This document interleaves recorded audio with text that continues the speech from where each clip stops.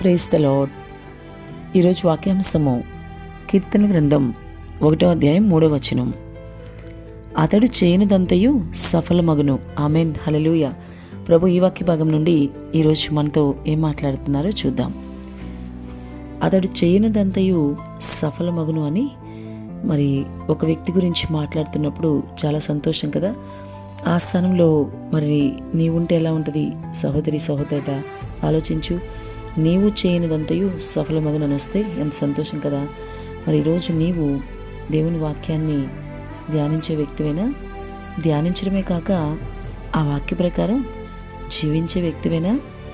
దేవుని వాక్య ప్రకారం నీవు జీవించినప్పుడు నీవు చేయనిదంతయు సఫలమవుతుందని నీకు అర్థమవుతుందా? తన కాలమందు ఫలమిచ్చే చెట్టు వలె నీకు మారాలని ఉందా? అయితే నీవు ప్రభు మాట వినే వ్యక్తిగానే ఉండాలని జ్ఞాపకం ఉంచుకో. నీ ప్రతి ప్రయాణంలోనూ, ప్రతి పనిలోనూ నీకు విజయం కావాలంటే, నీ ప్రతి ప్రయత్నంలోనూ నీకు విజయం కావాలన్నా ఖచ్చితంగా ప్రభు నీకు ఏదైతే చెప్పారో అది నువ్వు చేయగలగాలి. ప్రతి విషయంలోనూ చేయగలగాలి. ప్రభు చెప్పినట్లుగా నీవు చేయగలిగితే ఖచ్చితంగా నీకు ప్రభు ప్రతిఫలం ఇస్తారు. నీ ఫలము అధికమవుతుంది.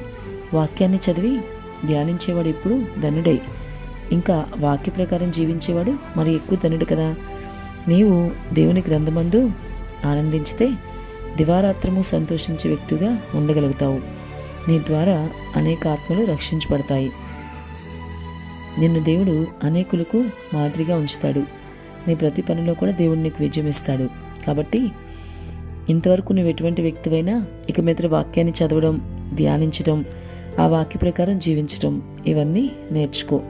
దేవుని వాక్యాన్ని చదువుతున్నావా లేదా ఒకసారి ఆలోచించు.